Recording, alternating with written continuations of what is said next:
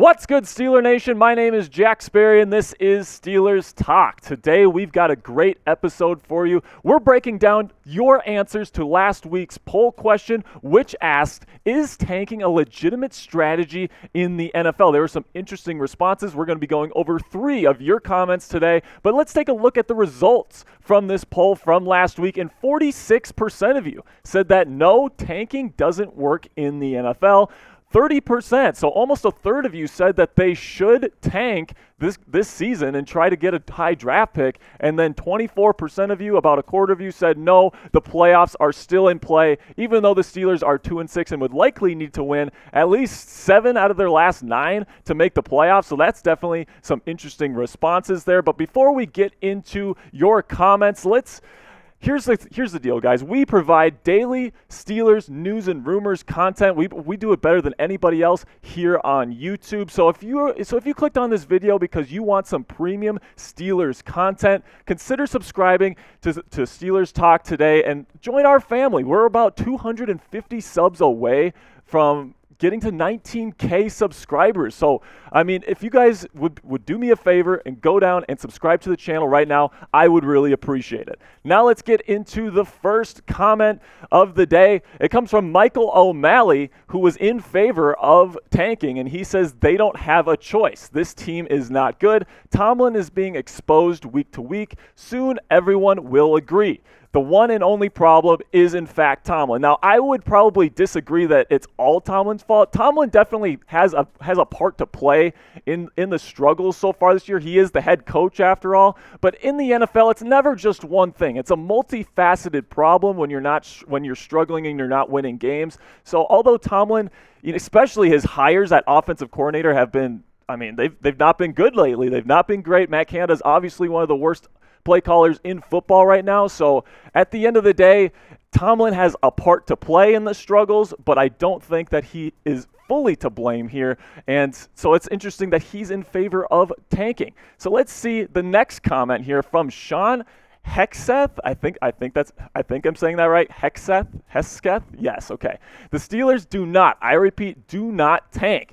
Good organizations do not do that. And I would agree with that. I would agree that teams, really good teams, they really don't tank. They establish a winning culture, and they keep things going. Even if they don't have the best roster, they still try to establish a winning culture so they can build the foundation for the future. That was a very good comment there by Sean. And then finally, we have Gavanti Patton, who said they can try to win, will still get a high draft pick. And I think I agree with this one as well, Gavanti. The Steelers, they can still establish that winning culture. They can still attempt to win. They can still try to give Kenny Pickett the best foundation for the future here. But, even if they try to win games, there's not a ton of talent on the team.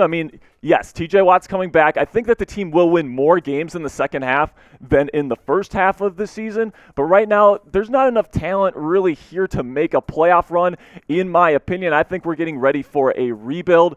And right now, it's looking like that there's going to be a high draft pick, whether we try to win or not. So coming up, I'm going to give you my personal thoughts on tanking in the NFL. But before we get into that, let's get a word from our new sponsor, Established Titles, here at Chat Sports, and they do a lot of great stuff here. They are a fun and novel way to preserve the natural woodlands of Scotland while helping global reforestation efforts.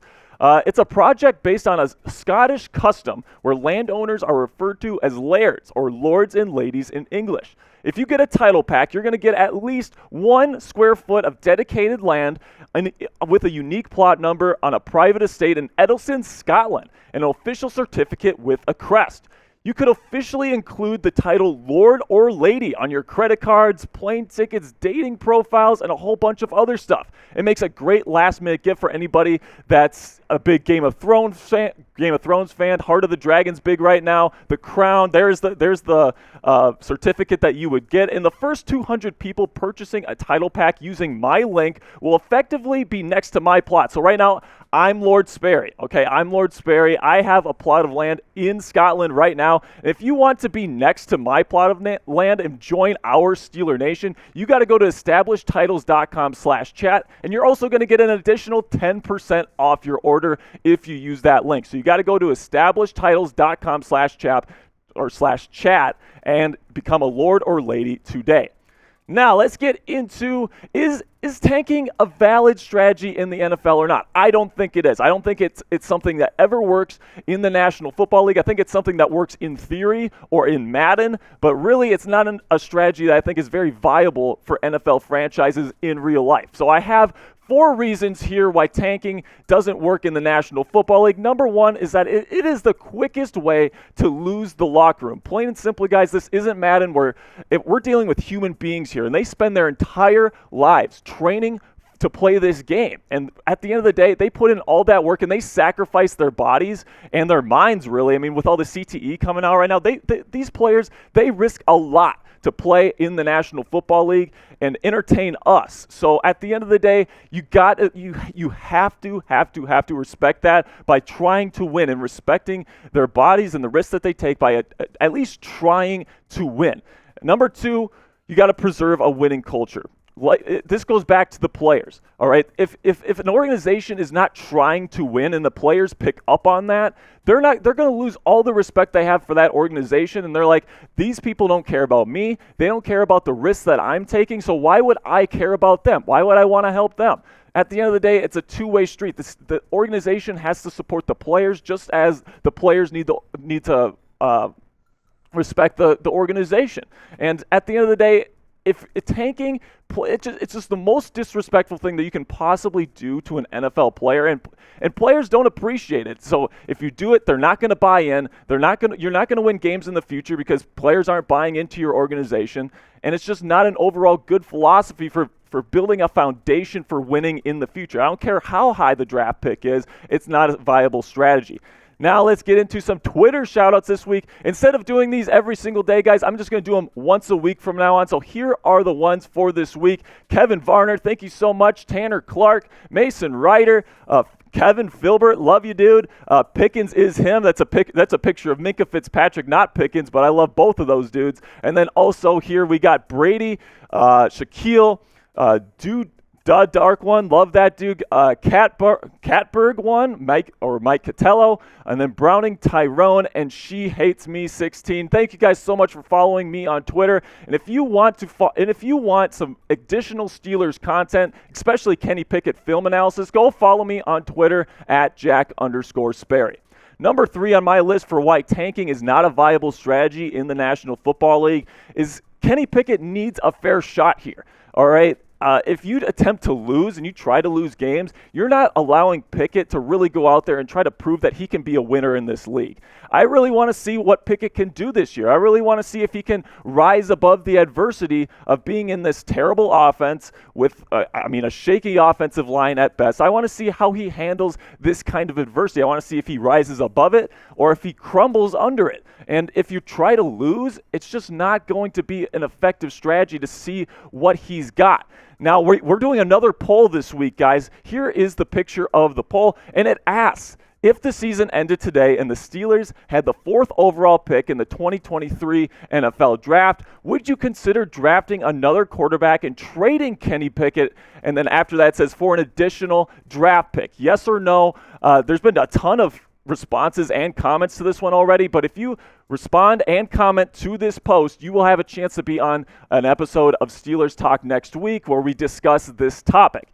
All right, guys, and finally on my list for reasons why tanking is a terrible idea for the Pittsburgh Steelers, draft picks don't have guarantees. All right, draft picks don't have guarantees. So if you're tanking for just a better draft pick, then it's like, but wait a minute, it's not like that draft pick is for sure going to pan out. First rounders only have about a 50% success rate based on a ton of studies that have been done by organizations like The Athletic, ESPN, Bleacher Report. They've all looked into like past numbers of guys that hit in the first round, and it's only about 50%. And when you get into the subsequent rounds, 2nd, 3rd, 4th, 5th, and so on, the odds go down. So it's like at the end of the day, draft picks are great. They're exciting. They bring hope to an organization. But at the end of the day, they are lottery tickets. Now, a coin flip is pretty good odds. But like, are you willing to throw away an entire season for somebody that has a 50% chance of not being a starter 5 years down the line?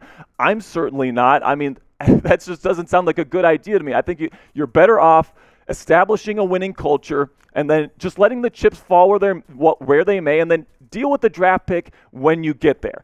And speaking of the draft, name one player in the comments section that you would love to see the Steelers draft in the first round of the draft this year. Personally, I would love them to go get a left tackle. I would love to see Peter Skoronski out of Northwestern, who's having a monster year for Northwestern this year. He is a beast. He could be an anchor for the offensive line for a long time. So this would be my answer to today's question, but let me know your answer in the comments. And before we wrap things up, guys, I'm going to give you one more chance to go subscribe to the channel right now. Like I said, we provide daily Steelers rumors and news content and analysis here on the channel. So if you don't mind, guys, consider subscribing if you love the Pittsburgh Steelers. That's going to be it for today's show, guys. I appreciate the heck out of you, Steeler Nation, and until next time, peace.